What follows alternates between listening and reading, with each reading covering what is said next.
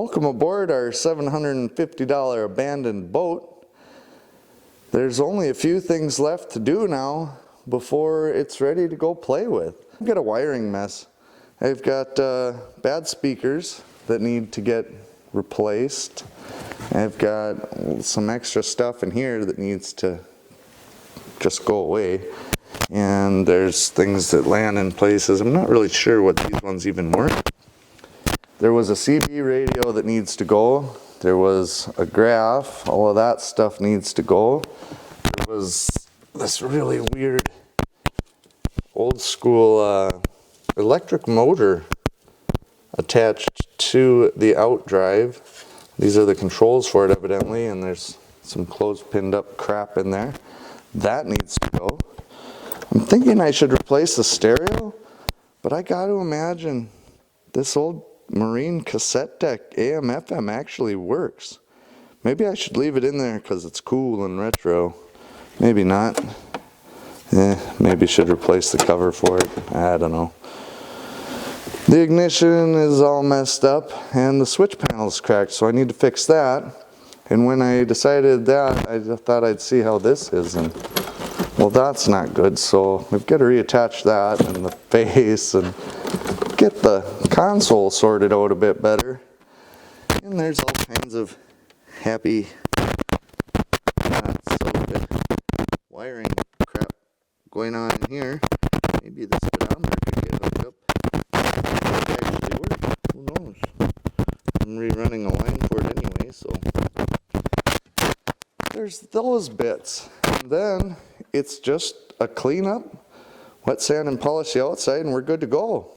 If you missed the other videos, well, this whole piece of floor in the center here came out. I took the gas tank out and cleaned it. Had to clean up that whole area, remove some boards, replace them, re-fiberglass the entire gas tank area, replace this stringer here, and I ended up doing some grinding and re-fiberglass and gel back to the front of the motor mounts. My motor mounts and transom were good, so we left it there.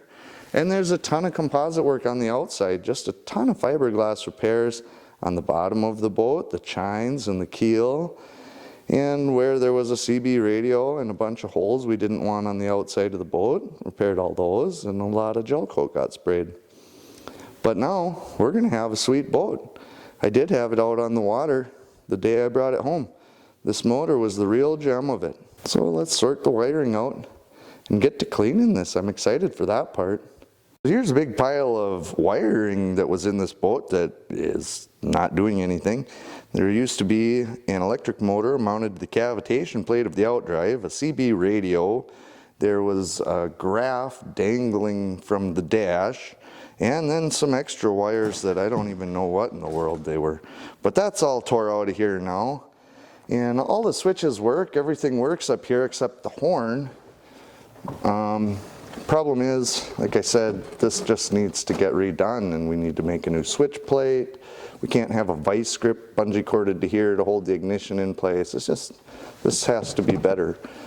So to accomplish that, we come under here and most of this is just harnessed. We pop these harnesses, take care of the extra power wires spliced in everywhere and tidy up the wiring, and then we can take this off, fix it all up, put it back on, and we're on to cleaning this sucker. Well, I've got this tore apart and I found some interesting things. I'd just like to point out that if you're going to attempt to fix things on your boat and modify or add things, be prepared to spend twice as much time as you would think to disassemble and put things together properly. And if something breaks, like in this case, I believe this windshield broke once because we have little pieces of windshield glass here. And that got replaced correctly. But then somebody tried to fix this and ran some self-tappers up through the bottom, and well, they didn't hold because as soon as you tighten them enough, it just shattered the plastic. And then we tightened these bolts down until the plastic broke around the washers. So now our dash does this. Well, that's wildly unacceptable. We also have all of this wiring. It's just spliced into other wiring, not connected to anything. And we had this piece spliced in direct to a fuse that ran straight to a cigarette lighter. Imagine this drained the battery no matter what, key on, key off, no switch involved. Just be careful if you're going to DIY. Don't let it devolve into this. Spend some extra time, source some extra materials. You don't want your boat to just be a pile like that of useless wiring and stuff that needs to be repaired correctly.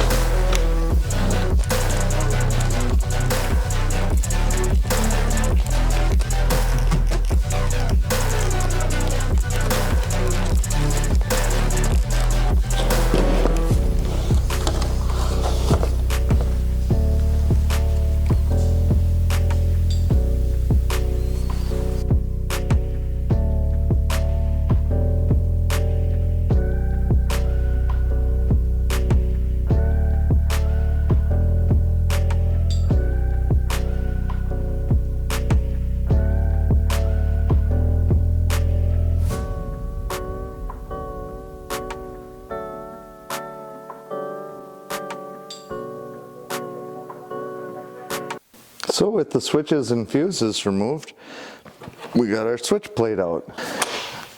But what I have is part of this console that I took out of a pontoon I restored this year.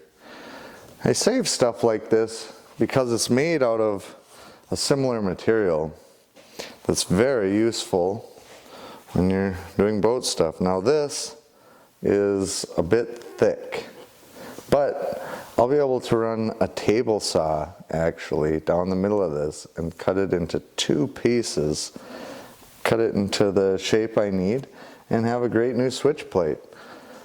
Could have just thrown it away, but it can be made into lots of useful stuff.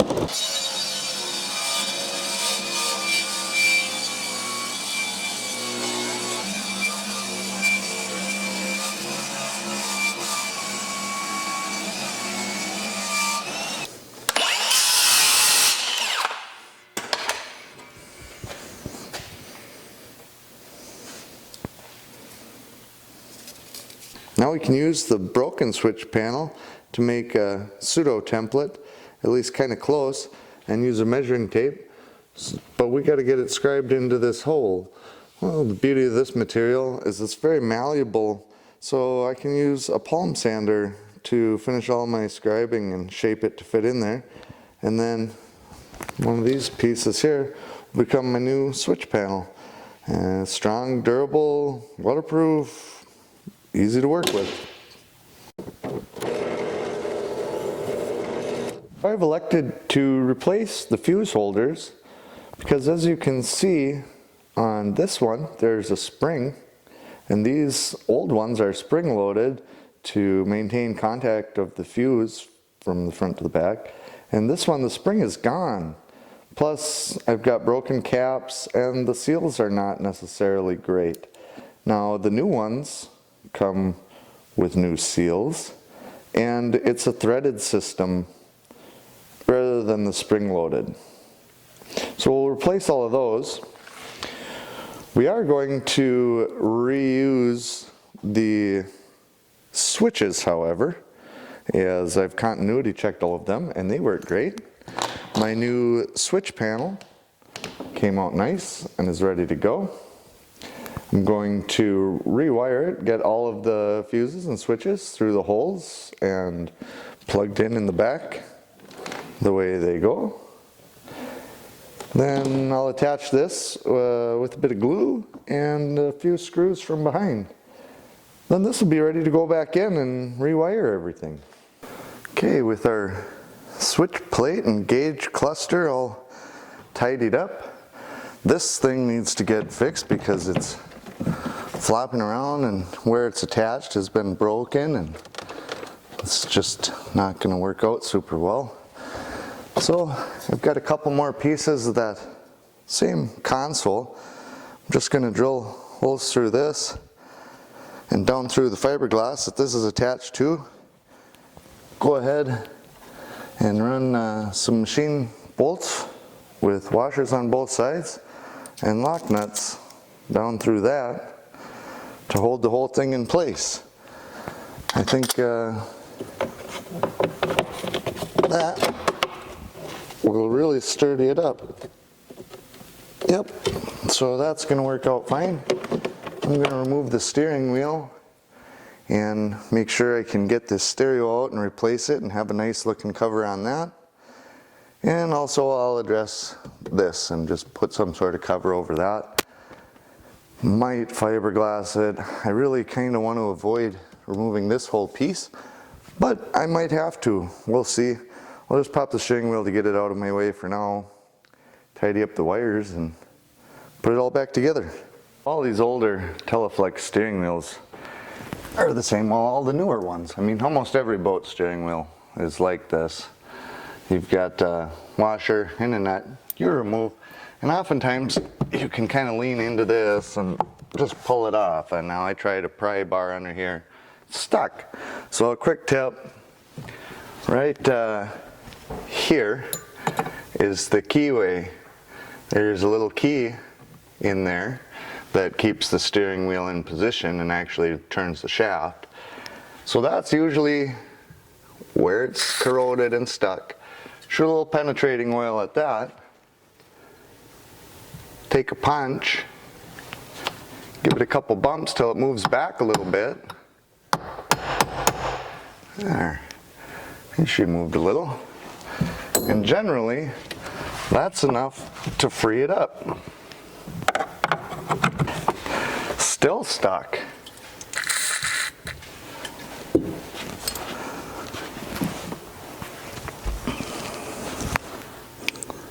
Let that soak. I'll move it back a little bit. It'll come.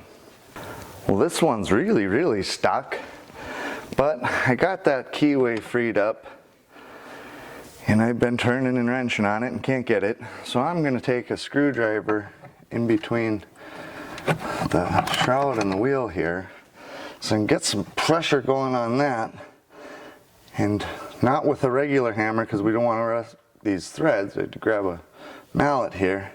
If we got pressure on there and we bump it, there it went. There's our keyway. Don't lose that stuff. Now we're off to the races again. We're on the home stretch now. I've got all of our wiring completely sorted. Our fancy new switch plate, everything works great. I've got this piece loosened up so I can put a new stereo in, 4 new speakers, and I ran down all the speaker wires that we fortunately get to keep, all labeled. All that's left is to solder them on to the harness for the new stereo. That's just about the last thing. Get the speakers and stereo installed after everything's all soldered together, and we're ready to clean this boat up.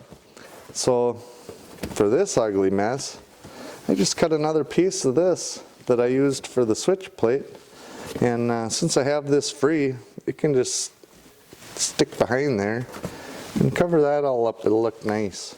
After I've got the stereo all in, all I've got to do is reinstall this rear vinyl hatch piece and we're good. But I'm going to leave that off for cleaning and reinstalling the speedometer. This tube goes down through the bottom of the transom there to the speedometer, and the holes are ready, but I'm going to clean first and then put it all back together. I'm going to get the stereo in first. I did have to disassemble the old one so I could save the mount for it, because with the steering wheel on here I can't use a new dome style. I needed to be able to save this and install my new stereo in there. So that's going to work out quite well. It's about time to clean this boat up and just have a nice shiny Sea Ray again.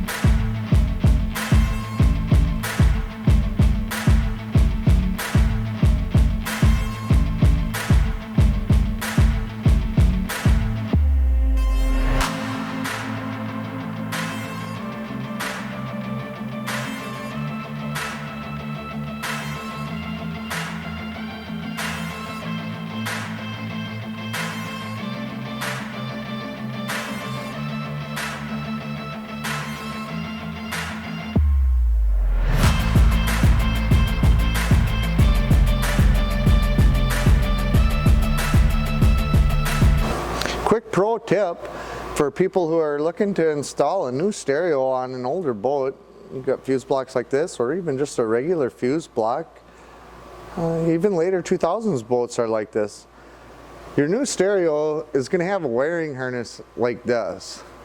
The yellow one is going to need to go to battery positive all the time. The red one is to the accessory.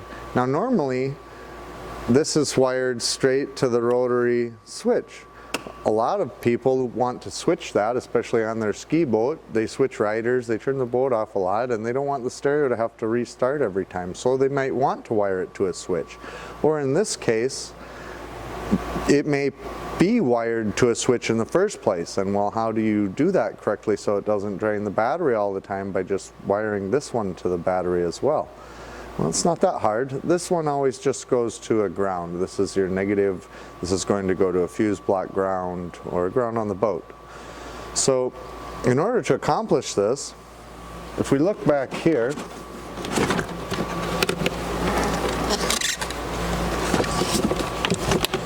we've got all these wires and it looks like a mess, right?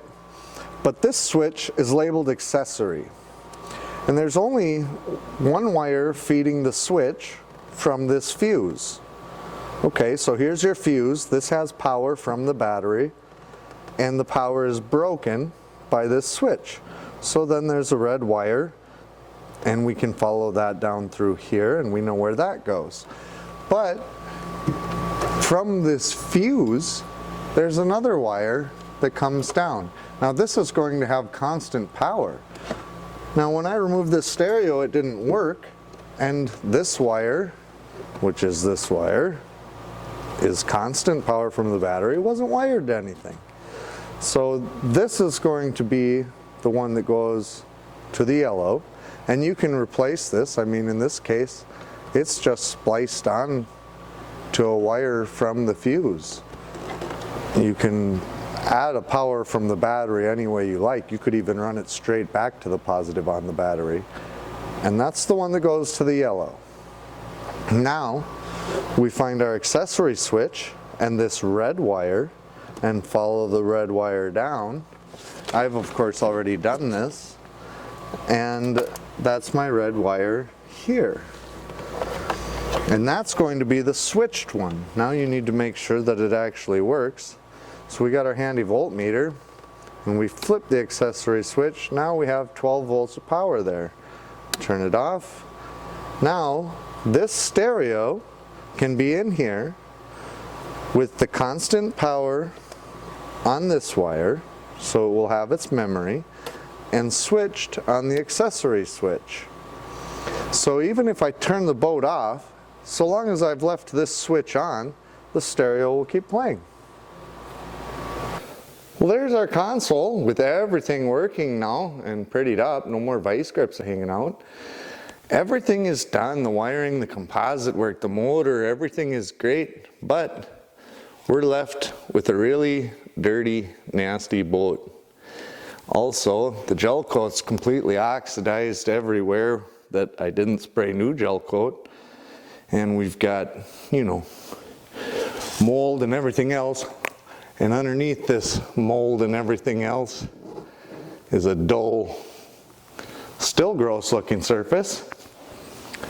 So it's time now for a complete detail. Clean it all up nice. A full cut and buff or wet sand and polish, whatever the cool kids are calling it these days. Then we can have a really bad boy shiny boat that looks more like this area everywhere. I've already polished that. We've seen this kind of looks shiny in the light, but if you look close, it's really dirty. It's really dull, and the inside's trashed. But this will all transform real quick like. Let's do it.